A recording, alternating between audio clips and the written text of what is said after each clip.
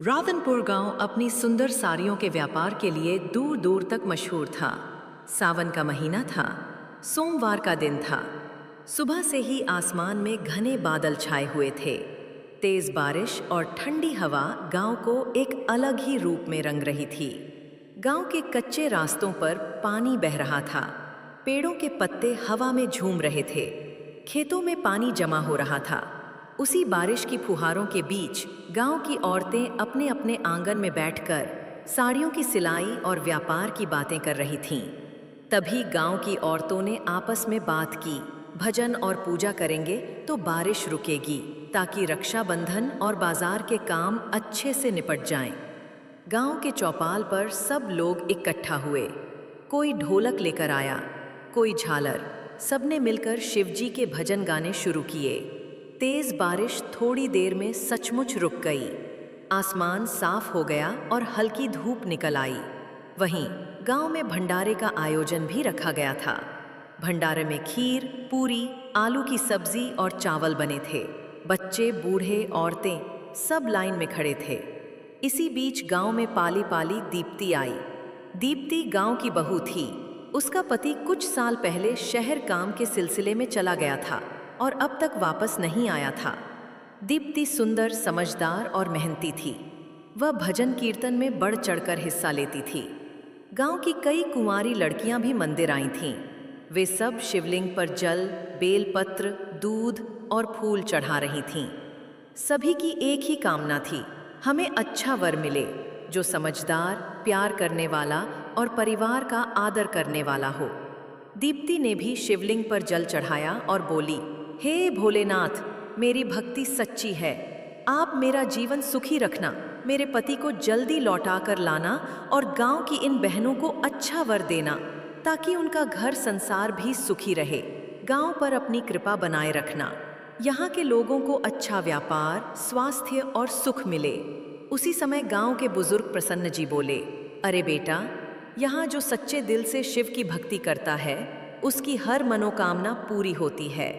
अच्छे वर की कामना करने वाली कन्याएं यहाँ पूजा करती हैं और भोलेनाथ उनकी प्रार्थना जरूर सुनते हैं। राधनपुर गांव तो शिवजी की कृपा से ही खुशहाल है।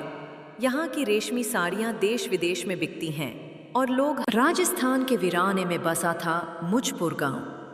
चारों ओर रेत के लंबे लंबे टीले थे। गर्म हवा ऐसे चलती थी जैसे अंगारों की लहर। कुएं सूख चुके थे। खेतों में दरारें पड़ गई थीं। गांव के लोग आसमान की तरफ टकटकी लगाकर हर रोज बादलों की राह देखते थे, लेकिन महीनों से एक बूंद भी पानी नहीं गिरा था। गांव के लोग परेशान और दुखी थे। पशु पक्षी प्यासे मरने लगे थे। पानी की कमी से लोग दूर दराज के गांवों में जाने लगे थे। चारों ओर हाहाकार मचा था। इसी गांव में रहती थी नंदा, जो एक सीधी सादी और बहुत ही भोली लड़की थी।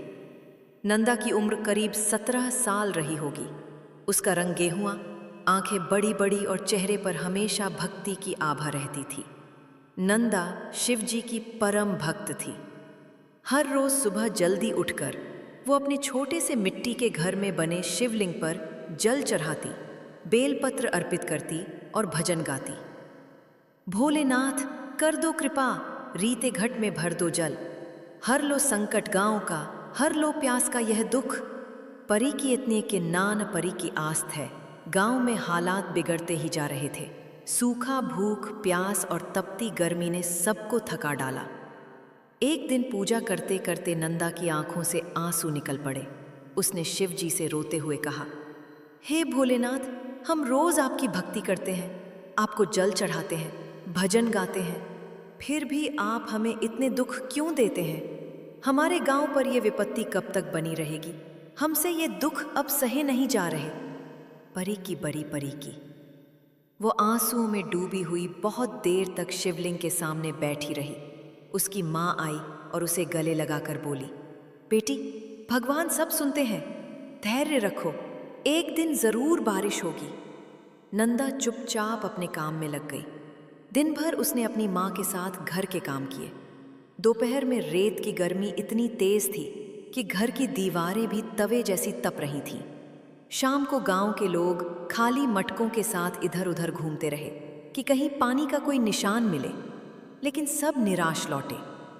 रात हुई। नंदा ने रोटी दाल खाई और थक कर अपने छोटे से खाट पर लेट गई। थकी हुई थी, आंखें बंद होते ही नींद में चली गई। उस रात नंदा ने सपना देखा। उसने देखा एक सुनहरी रोशनी में लिपटे शिवजी और माता पार्वती उसके सामने खड़े। अगली सुबह नंदा जल्दी उठी। सूरज की किरणें रेगिस्तान की रेत पर चमक रही थीं, लेकिन आसमान अब कुछ हल्का हल्का बदली से ढंका था। नंदा ने स्नान किया, स्वच्छ वस्त्र पहने और शिवलिंग पर गंगा जल, बेलपत्र, धतूरा, चावल और फूल चढ़ाए।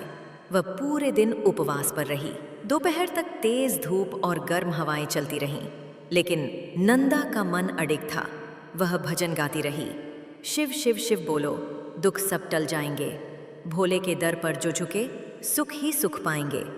शाम होते होते गांव के लोग फिर चौपाल पर इकट्ठा हुए। सबकी नजरें आसमान पर लगी थीं। तभी एक हल्की ठंडी हवा चली। आसमान में गहरे काले बादल इकट्ठा होने लगे। हवा में मिट्टी की भीनी भीनी खुशबू फैलने लगी। गांव के बच्चों ने खुशी से चिल्लाना शुरू कर दिया। बादल बादल आ गए। नंदा ने आंखें मूंदकर शिवजी को धन्यवाद कहा। वह बोली, भोलेनाथ, आज आपने मेरी प्रार्थना सुन ली। अब मेरे गांव पर दया बनाए रखना। तभी जोरदार बिजली चमकी और गगन भेदी गरज के साथ तेज बारिश शुरू हो गई। रेत के टीले भीगने लगे, खेतों में पानी बहने लगा, कुएं और बावड़ियां फिर से भरने लगी।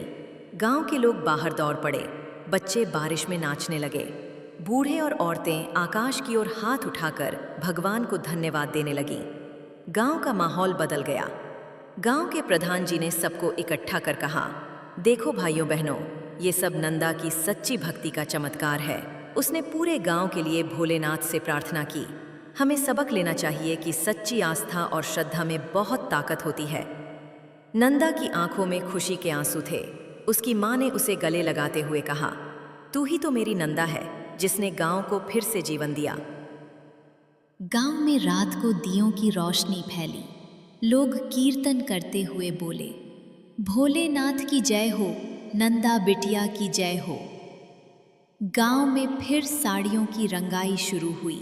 लोग खेती करने लगे, बाजार फिर से सजने लगे। मुझपुर गांव में फिर से खुशियां लौट आईं। नंदा अब रोज शिवलिंग पर जल चढ़ाती और सबको बताती, कभी हार मत मानो, भगवान सबकी सुनते हैं, बस दिल से भक्ति करनी चाहिए। और इस तरह मुझपुर गांव की रेगिस्तानी धरती पर नंदा की भक्ति ने जीवन के रंग फिर से लौटा दिए। गांव में कहा जाने लगा,